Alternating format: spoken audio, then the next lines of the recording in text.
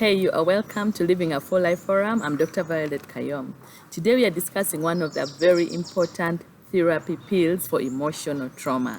So in this season, we are really discussing a lot about emotional trauma, and we want to be healed of all the soul wounds so that we can have the freedom to live the life we are called to live.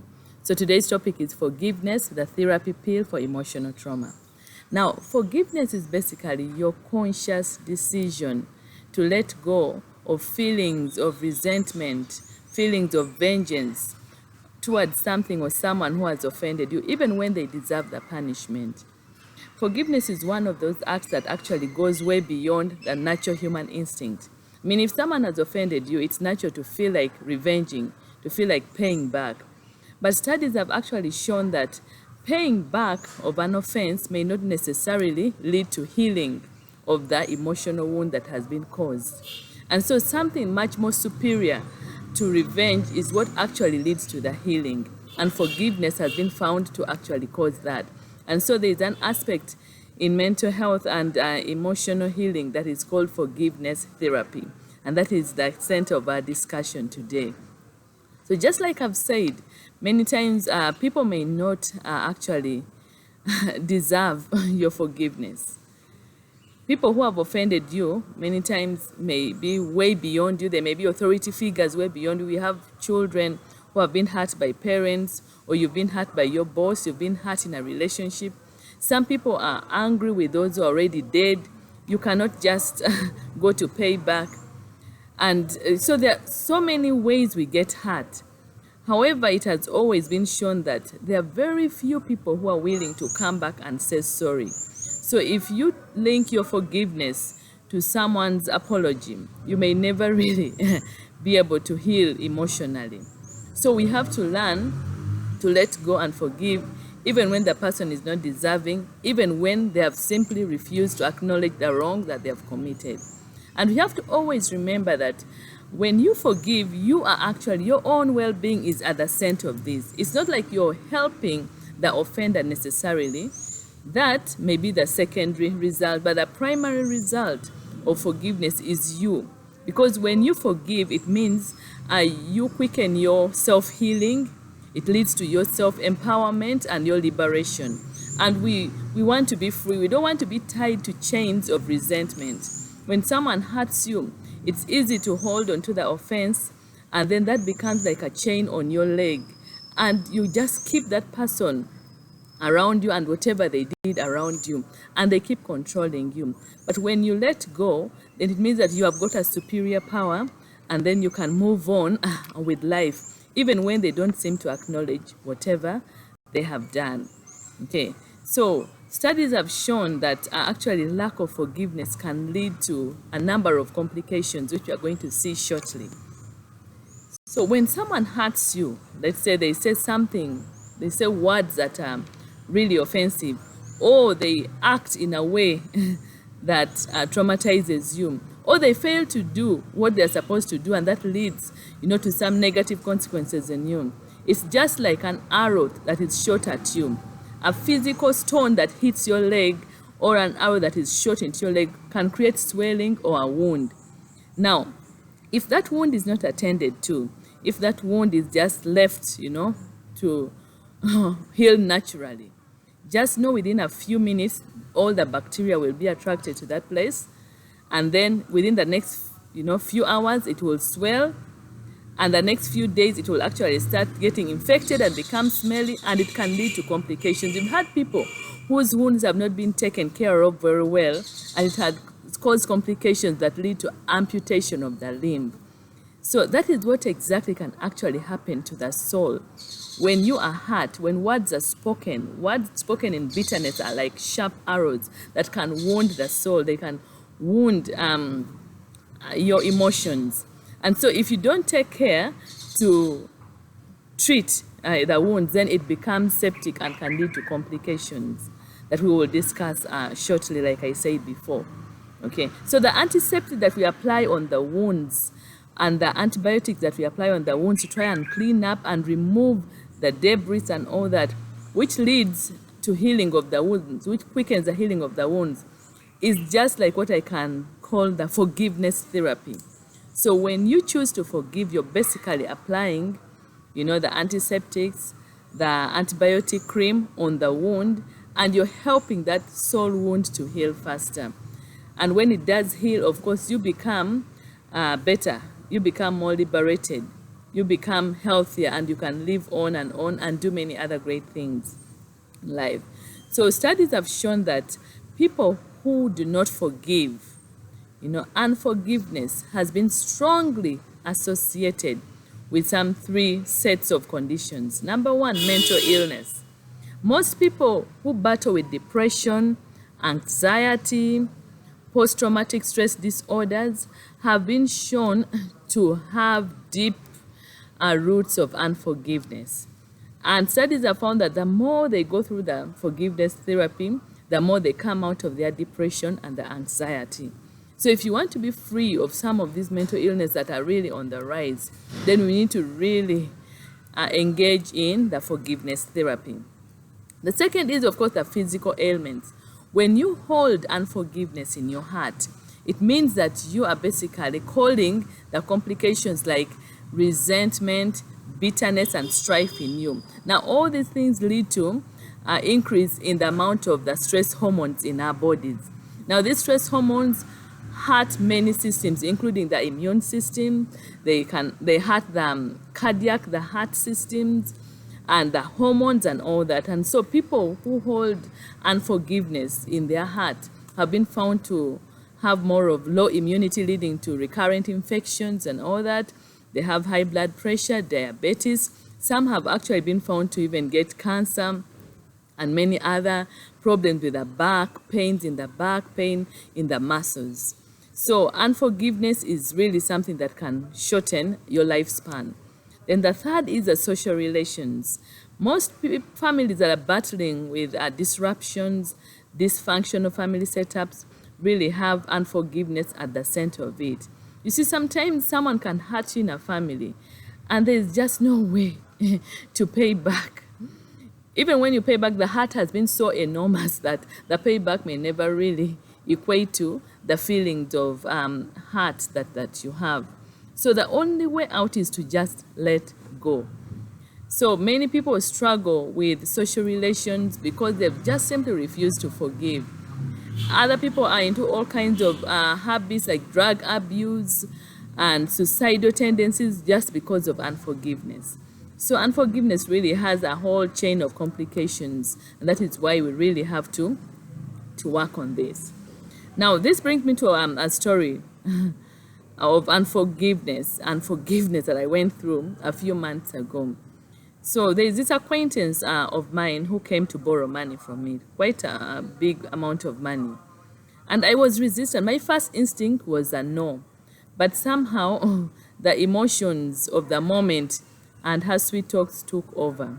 I was well aware about her issues with financial management, and somehow I hesitated, but then I think I fell into the trap that was well set.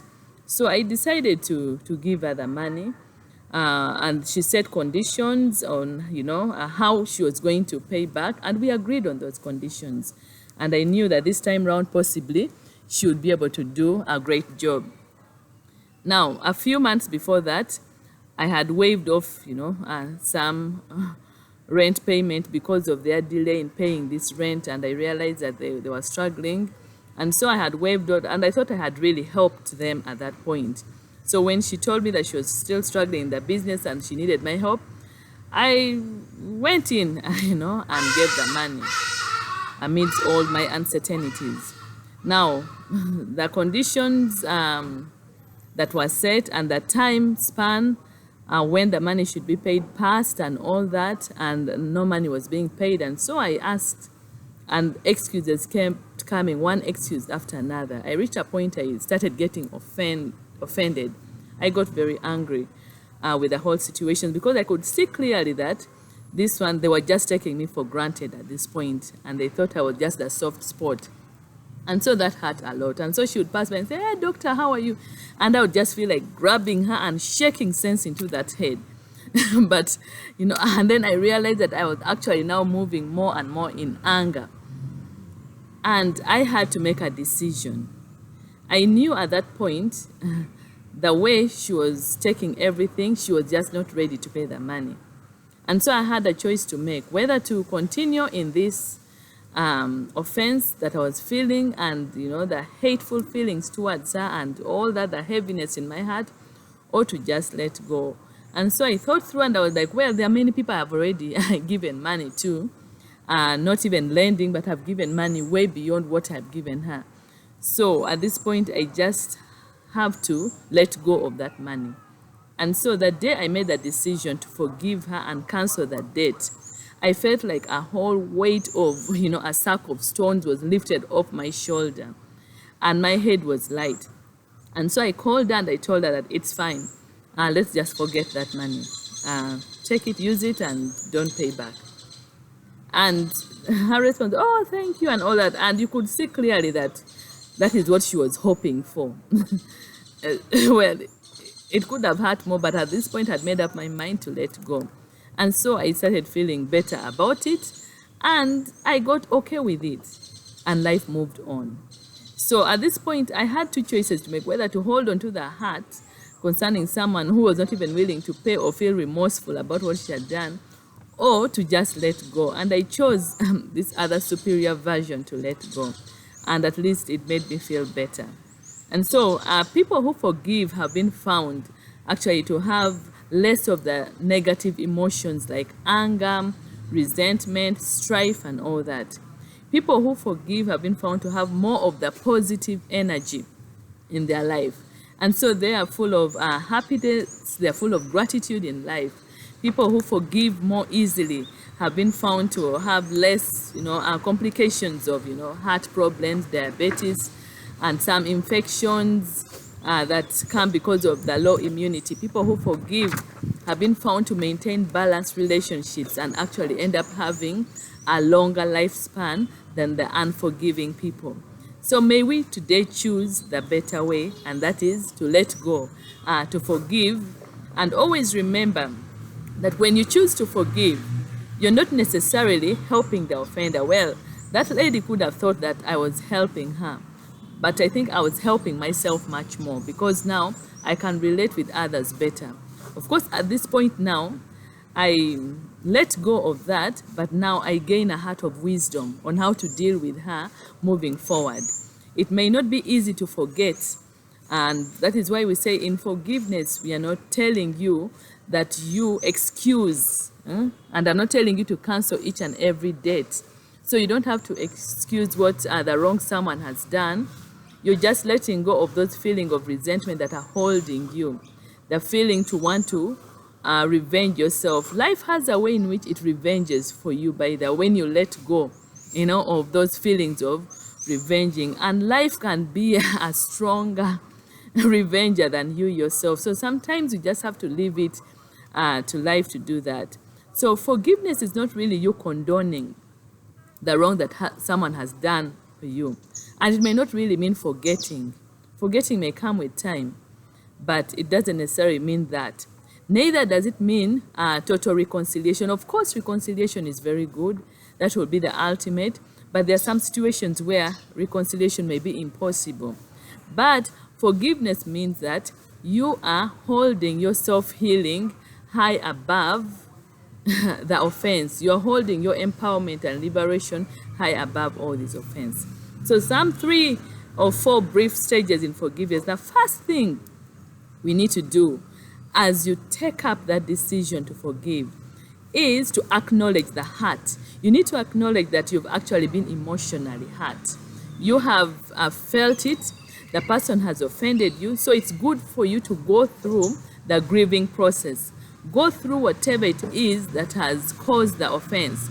If it means journaling, writing down, the whole story of how everything happened, or replaying it in your mind, it's good that you go through it and acknowledge that actually you have been hurt. Don't just brush it under the carpet, or just silence those feelings and say that, okay, no, morally I'm not supposed to feel this way about that person. No. At this point, as you choose to forgive, make sure you acknowledge the hurt, feel the pain, feel the anger. If it means screaming it out, shouting it out, do it at that point in a controlled environment. So when you do that, it's basically like this antiseptic that we are applying on the wound. Remember, when there is a wound and you start brushing, scrubbing it and removing that debris, it is actually painful. And that is okay because you're removing all the pus and all the debris. So acknowledging the hurt, grieving through it, and feeling the emotions is very critical, the first stage in your healing, in your forgiveness. Okay, then the second thing we need to do at this point is to empathize with the person. Empathy means basically stepping to the shoes of the person and trying to see the situation from that person's view. Okay, and so it is not really you accepting what they did and condoning it, but you're realizing that all humanity is fallen. We are in a fallen world, and so you're not going to stop people from hurting you. You yourself, I'm sure you've hurt many others, and there have been situations or reasons why you've hurt others. Okay, so we are in a fallen world. The second thing is hurting people are the ones who hurt other people. So I got to know later on about this lady that actually she has had major financial issues with many others. So many others are actually suffering, crying because of her lack of payment of debts. So she's struggling with some social issues. She's struggling with things in her life, and she has not yet healed. She hasn't come up, and that is why she keeps doing that, borrowing money here and there and hurting other people and not realizing it even. So I realized that she actually has a bigger problem than I. So if you realize that others have a bigger problem than you, the one who offends you actually may be more in need of therapy than yourself, then you'll have a softer ground for them to release them. Then the third is now that active decision that you make that you are going to let go.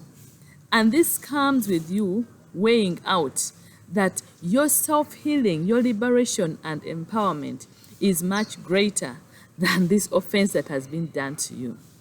That the need for your freedom to break free from that chain of anger and bitterness is superior, to that anger and bitterness. And so you decide to let go, and you speak it in your heart, and you say, I forgive you. I forgive you, John. I forgive Mary. I forgive you. And you speak it. As you speak it with your words, it echoes in your mind. It echoes in your soul. It echoes in your heart. And so you make that conscious amidst all the pain. As you're trying to let go, you speak it, okay? And so that is very important, because now that is now where your power is being welded.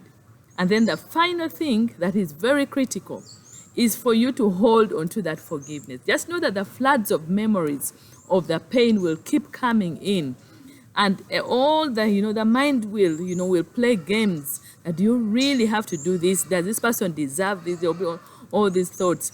But you have to hold on to the forgiveness and always re-echo it and speak it and hold on to it until the sting of the painful memory blunts off.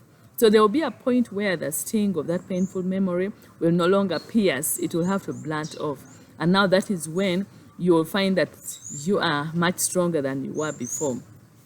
So always remember that forgiveness is a key therapy pill that we will need in our healing from emotional trauma. And the people may not deserve our forgiveness. They may not even be there. They may never say sorry. 99% of them will never say sorry for what they've done for you. But in forgiveness, your well-being is at the center. And when you do it, you will become a much better person and a more stable person. Okay? And always remember, forgiving is not really condoning. It's not agreeing with what was done. It is not excusing the offense. It is simply letting go of those feelings of resentment and the need for vengeance. Thank you so much for being part of Living a Full Life Forum. Please do subscribe to our channel and share with others. Be on the lookout for many other sessions that are going to come on. And in case you need someone to stand with you, to walk the journey of forgiveness with you, we are very much available.